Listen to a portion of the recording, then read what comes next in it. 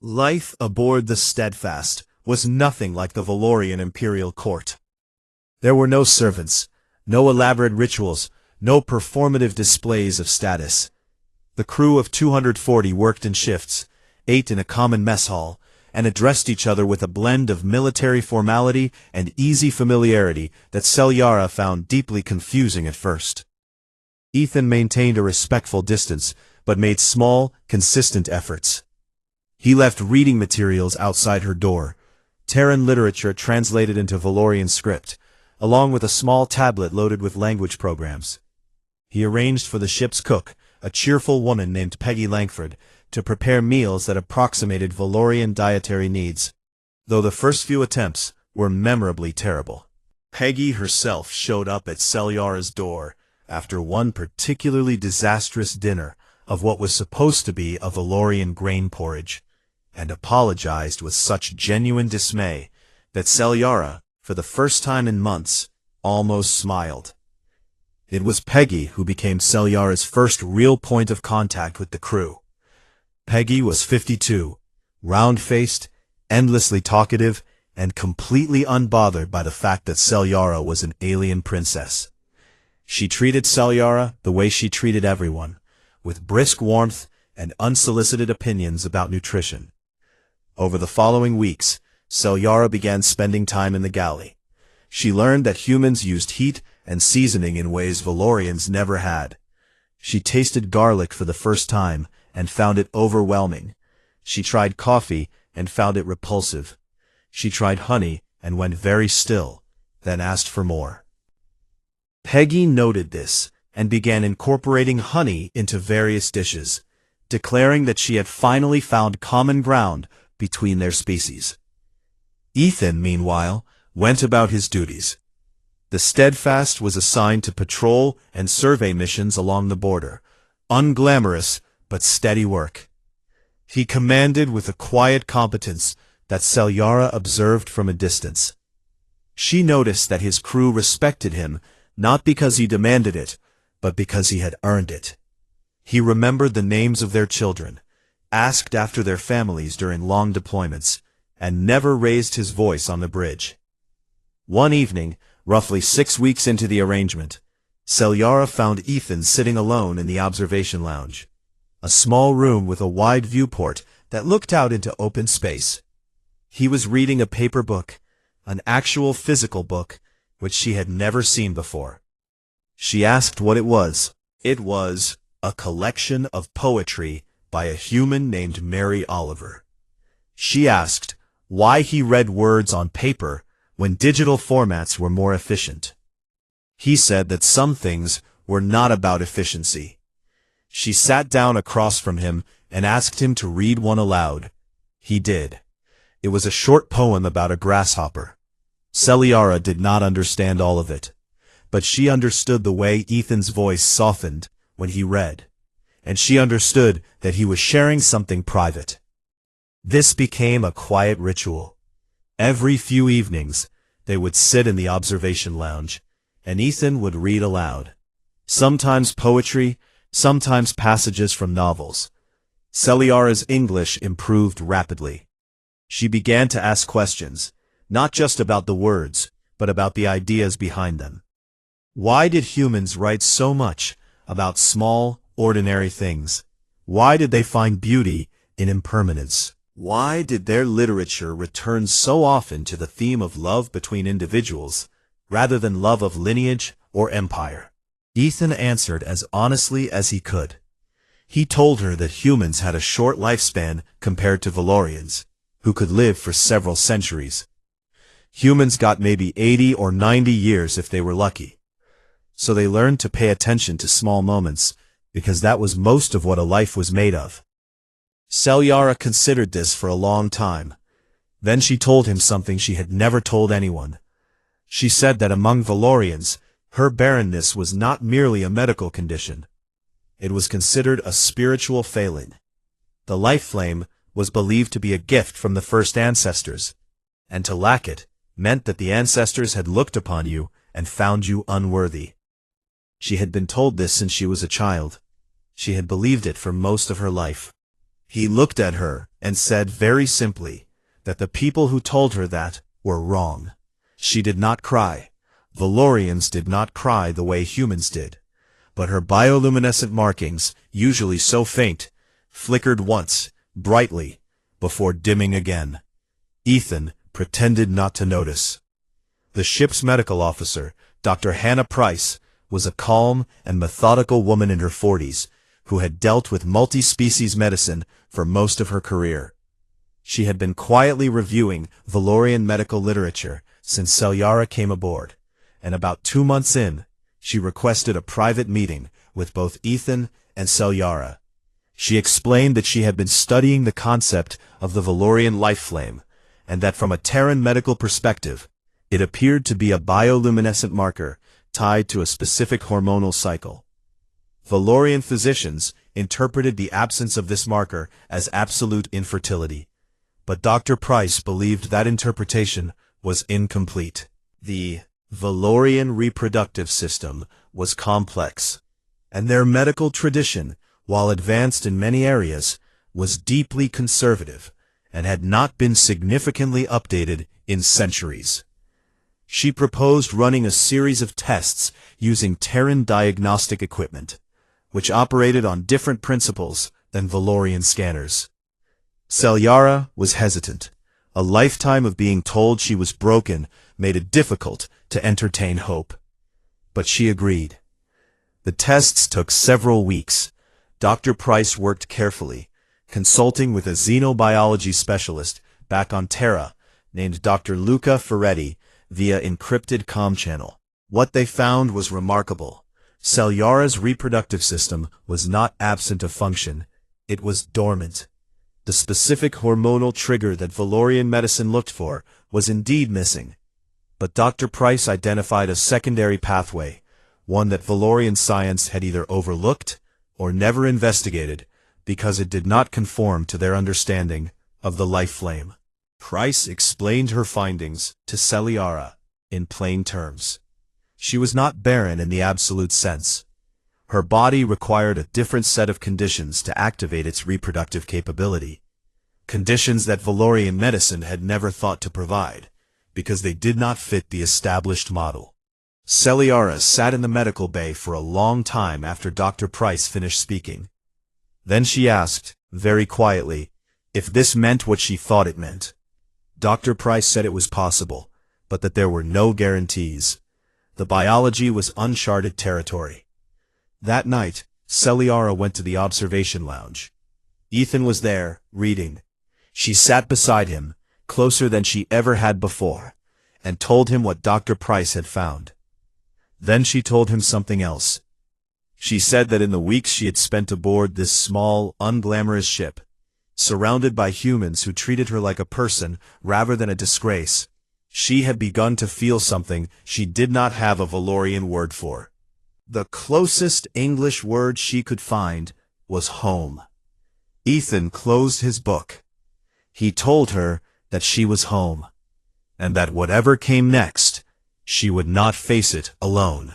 7 months later, Selyara was pregnant. The news was confirmed by Dr. Price after a battery of tests that left even the unflappable physician visibly moved. The pregnancy was viable.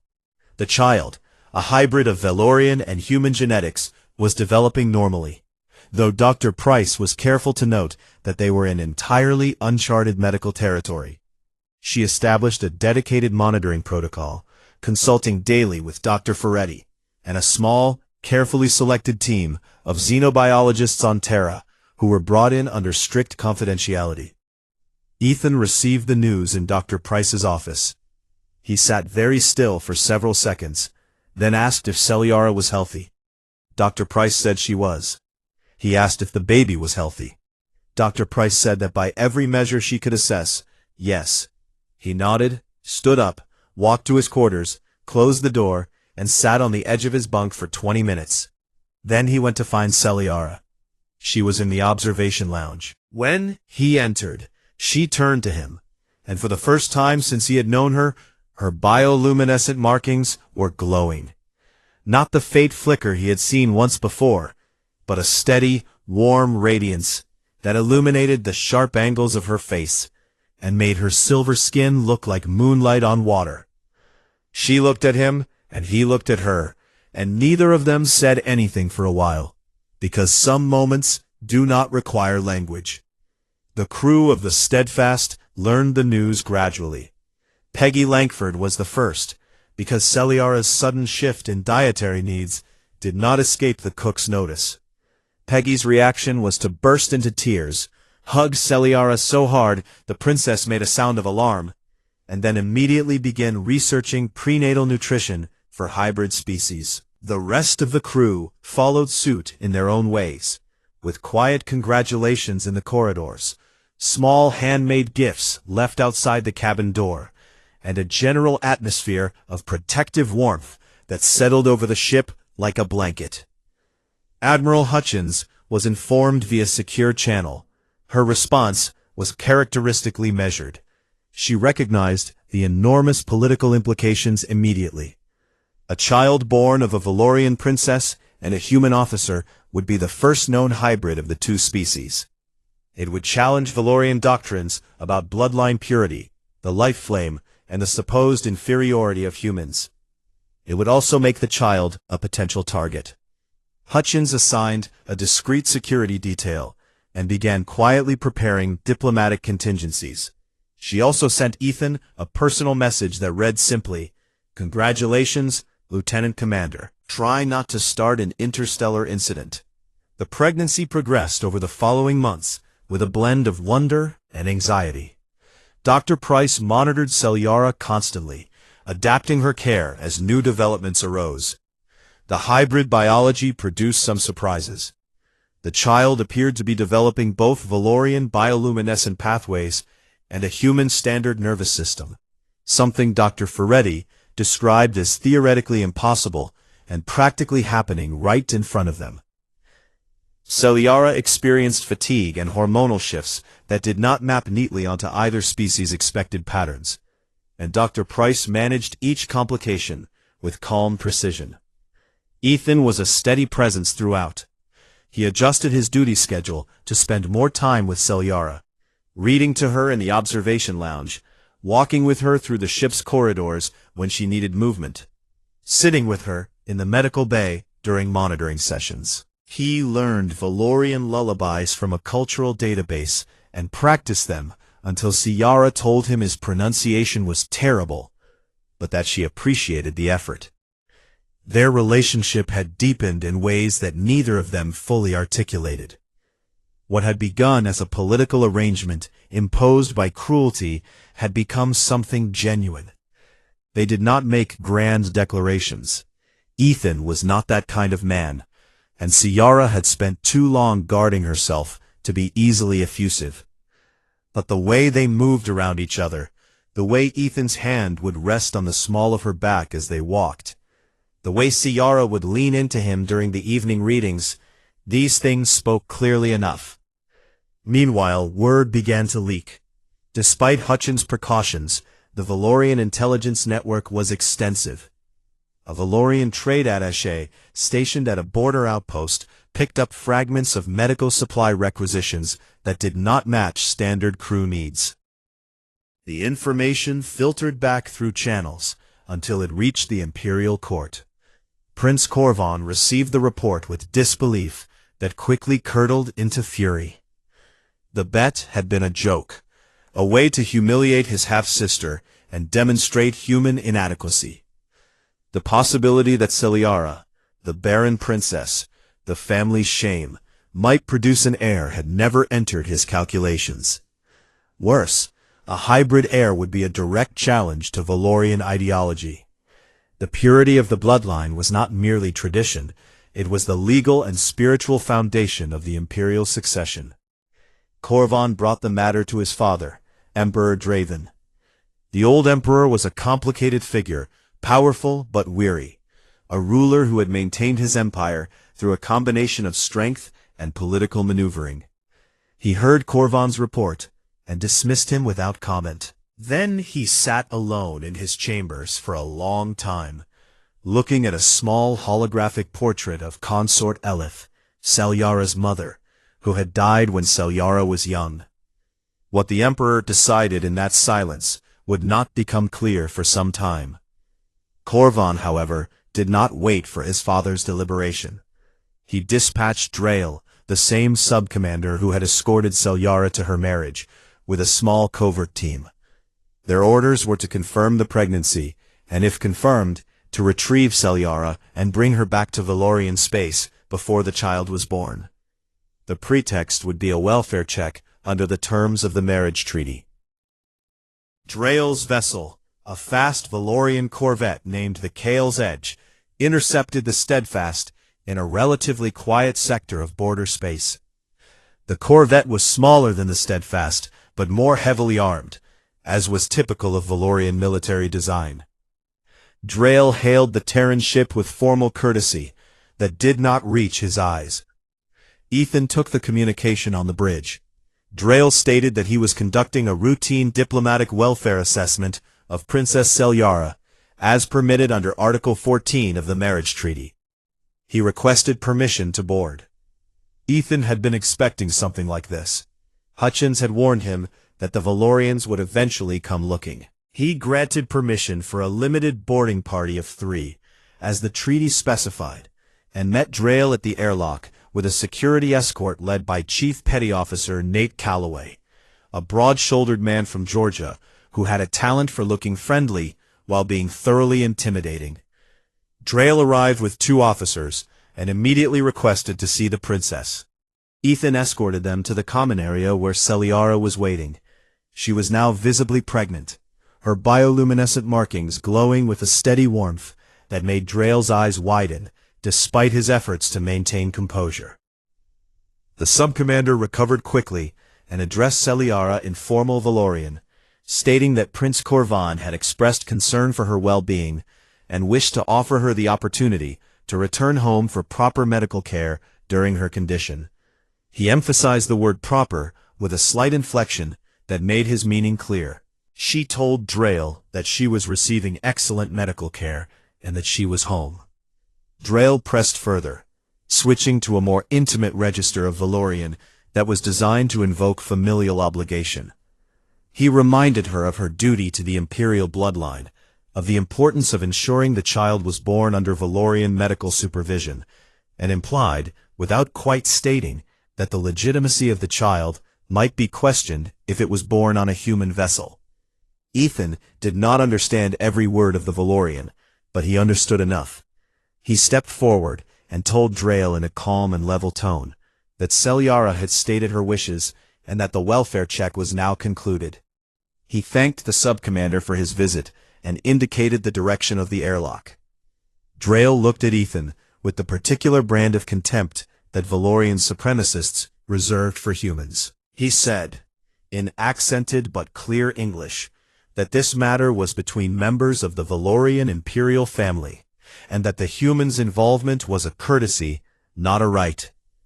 Ethan told him that on this ship, Selyara was his wife, and her safety and autonomy were his responsibility and his right. He repeated his indication toward the airlock. The tension in the room was considerable. Nate Calloway and the security team were alert. Drail's 2 officers had their hands near their sidearms. Selyara stood and placed herself beside Ethan, her markings flaring brighter. Drail studied the situation, calculated odds he did not like, and withdrew. As he reached the airlock, he turned and told Ethan that this was not over. Ethan told him that he was aware. The Kale's Edge departed. Ethan immediately contacted Admiral Hutchins and filed a full report. Hutchins elevated the matter to Terran Confederate Command, and within 48 hours, the Steadfast was joined by 2 additional Terran warships, the carrier Resolute and the destroyer Bridger, forming a protective convoy. The following weeks were tense. Valorian diplomatic channels buzzed with formal protests about the refusal to allow the princess to return home.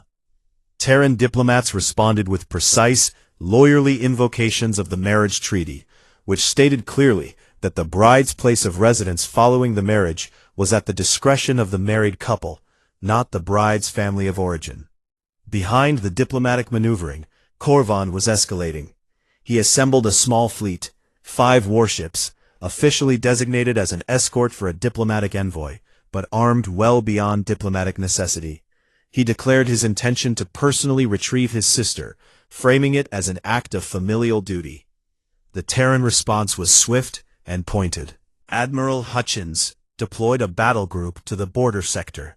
12 ships, including the battlecruiser Gallatin, under the command of Captain Laura Beckett, a 48-year-old veteran who had a reputation for being polite, precise, and absolutely immovable. Beckett positioned her ships in a defensive formation that was technically non-aggressive, but that placed Terran firepower between Corvan's fleet and the Steadfast. Communications flew between the fleets. Corvan demanded passage. Beckett denied it, citing the treaty and Selyara's stated wishes. Corvan invoked imperial authority.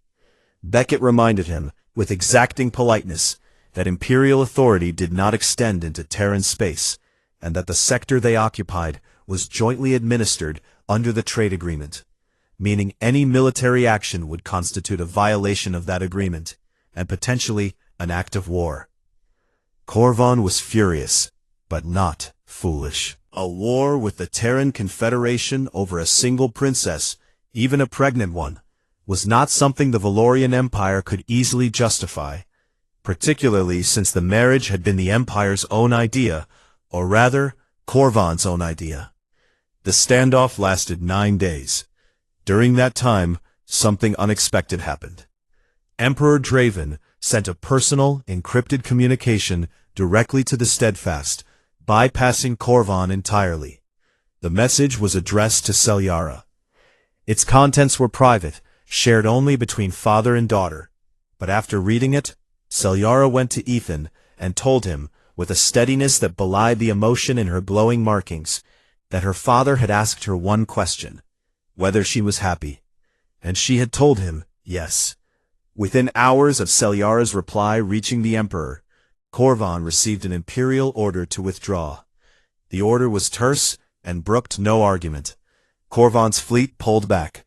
The standoff was over. The child was born aboard the Steadfast, in the medical bay, with Dr. Price presiding and Dr. Ferretti attending via live holographic link. Peggy Langford had been banished from the medical bay after her 3rd attempt to bring in food, but was found waiting immediately outside the door, with a pot of honey-sweetened porridge and a hand-knitted blanket of questionable craftsmanship but immense sincerity. The birth was difficult. Hybrid biology created complications that Dr. Price navigated with skill and composure, though she would later admit to Ethan that there had been 2 moments where she was genuinely frightened. Selyara endured it with the stoic resolve of her Valorian heritage and the quiet strength she had discovered during her months among humans. The child was a girl. She was small by Valorian standards and average by human ones, with skin that was a warm bronze, somewhere between Ethan's sun-weathered complexion and Selyara's silver. She had her mother's angular features, softened by her father's rounder jawline, and along her tiny forearms and temples she had bioluminescent markings that glowed with a soft golden light. Not the silver blue of Valorians, but something entirely new. Dr. Price ran every scan she had. The child was healthy, more than healthy. Her bioluminescent signature was stronger than any Valorian infant Dr. Ferretti had ever recorded in the medical literature. The life flame that Selyara had been told she could never carry burned in her daughter with a brilliance that defied everything the Valorian medical establishment had believed. They named her Alara Morrow. When the crew of the Steadfast met the baby, there were grown soldiers who wept openly. Nate Calloway, who could bend a steel pipe with his bare hands, held the infant with the delicacy of someone handling a soap bubble, and whispered that she was the most beautiful thing he had ever seen. Peggy Langford held Alara, declared her absolutely perfect, and began planning her first birthday meal, despite it being approximately 364 days premature. Admiral Hutchins came aboard personally to see the child. She stood in the medical bay, looked at Alara's glowing markings, and said nothing for a full minute. Then she told Ethan and Celiara that they had done something remarkable, and that the Terran Confederation would stand behind their family completely. The news spread. It could not be contained, and truthfully, no one tried very hard to contain it. A hybrid child born of a Valorian princess declared Barren, and a human officer of no particular distinction, with a life flame brighter than any pure-blooded Valorian child in recorded history. The implications rippled across both civilizations. Among the Valorians, the reaction was seismic. The conservative factions, led by Korvan and his allies, denounced the child as an aberration, a corruption of the sacred bloodline. But others, particularly among the scientific and reformist communities, saw something different. Dr. Price's research, published jointly with Dr. Ferretti, demonstrated that Valorian medicine had been operating under flawed assumptions for centuries. The life flame was not a measure of ancestral approval. It was a biological mechanism, one that could be activated through pathways the Valorians had never explored because their traditions had told them not to look. Emperor Draven made a rare public address. He did not comment directly on the child's legitimacy or the political controversy. Instead, he announced the establishment of a joint Valorian-Terran medical research initiative, to be housed on the neutral station in the Kale Drift, where Ethan and Celiara had first met. He appointed Dr. Pause for effect, Price, to lead the initiative. Price and a Valorian physician named High Healer Sereth as co-directors. Korvan was publicly silent after his father's address. Privately, he seethed, but the political ground had shifted beneath him. The barren princess he had discarded as a punchline had become the mother of the most extraordinary child in Valorian history, and the human he had dismissed as a provincial soldier had proven himself a man of more character than Korvan had ever possessed. Celiara received a second communication from her father. This one was not private. It was a formal imperial decree, read before the full Valorian court, that recognized Ilara Maro as a princess of the Valorian Empire, with all rights and privileges of the blood, including her place in the line of succession. The decree sent shockwaves through the court. It meant that a half-human child stood in line for the Valorian throne. It meant that the rigid doctrines of purity that had governed Valorian society for millennia had been cracked open by a single infant's golden glow. Ethan heard the news while sitting in the observation lounge, holding his daughter while Celiara slept in their cabin after a long night. Ilara was awake, her tiny golden markings pulsing gently in the dim light of distant stars. He looked down at her and shook his head slowly, a small, tired smile on his face. He told her, very quietly, that she was going to cause a lot of trouble. Then he told her that she came by it honestly, from both sides. On the bridge of the Steadfast, the duty officer logged a routine status report. Ship operational. Crew healthy. Course steady.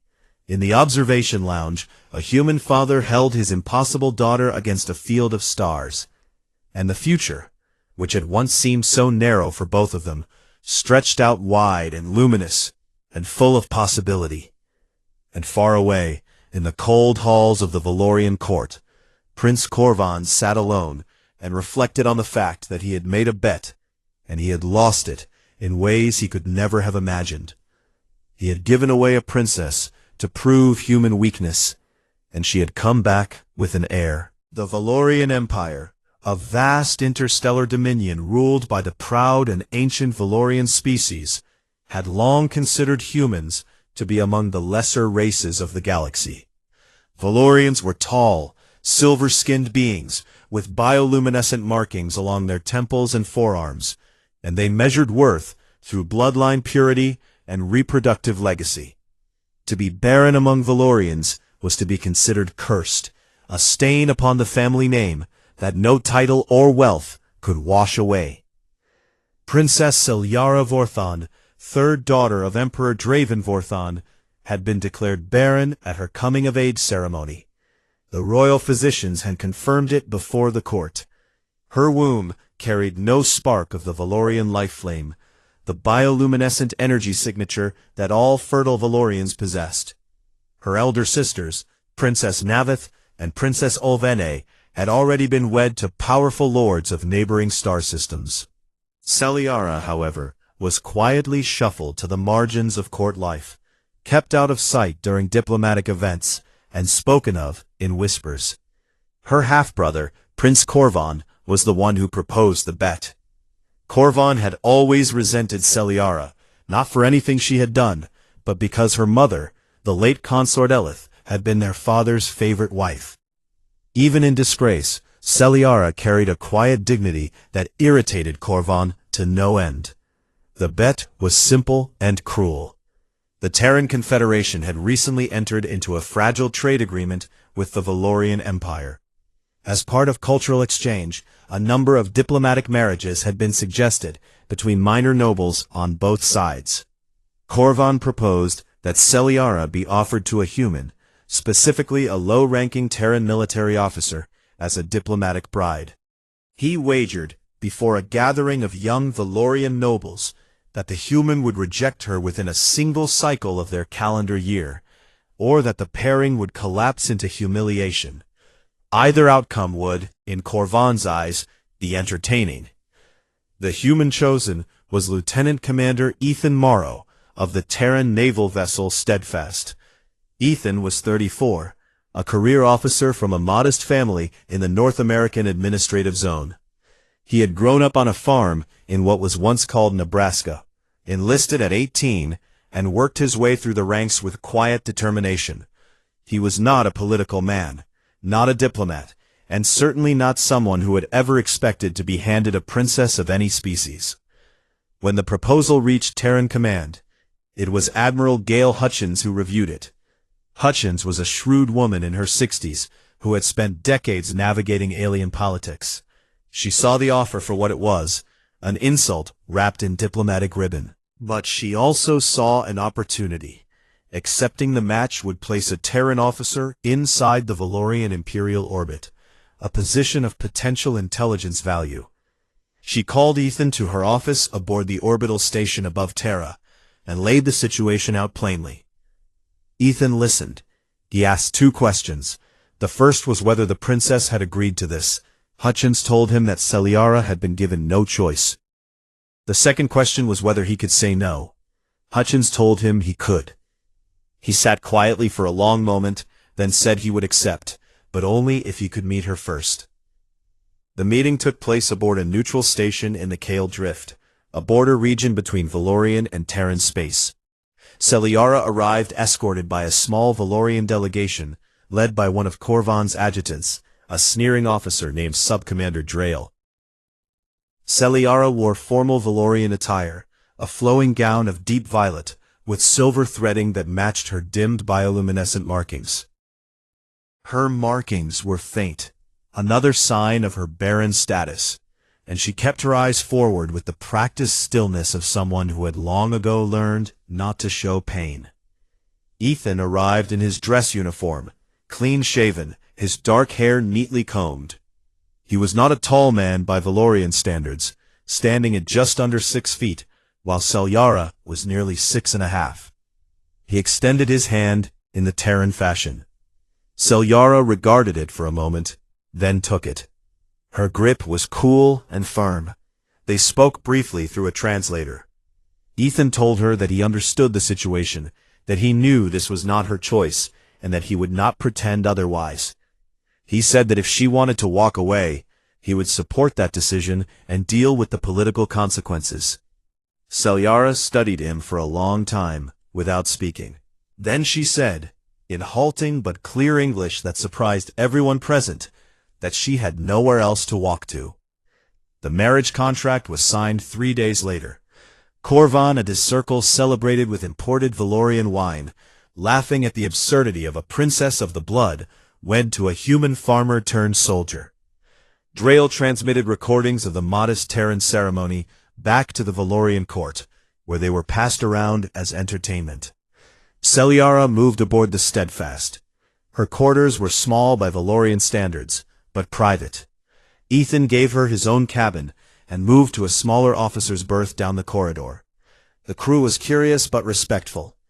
Ethan made it clear on the first day that Celiara was to be treated with the same courtesy as any officer's spouse, and that anyone who had a problem with that could bring it to him directly. The first weeks were awkward and quiet. Celiara kept to herself,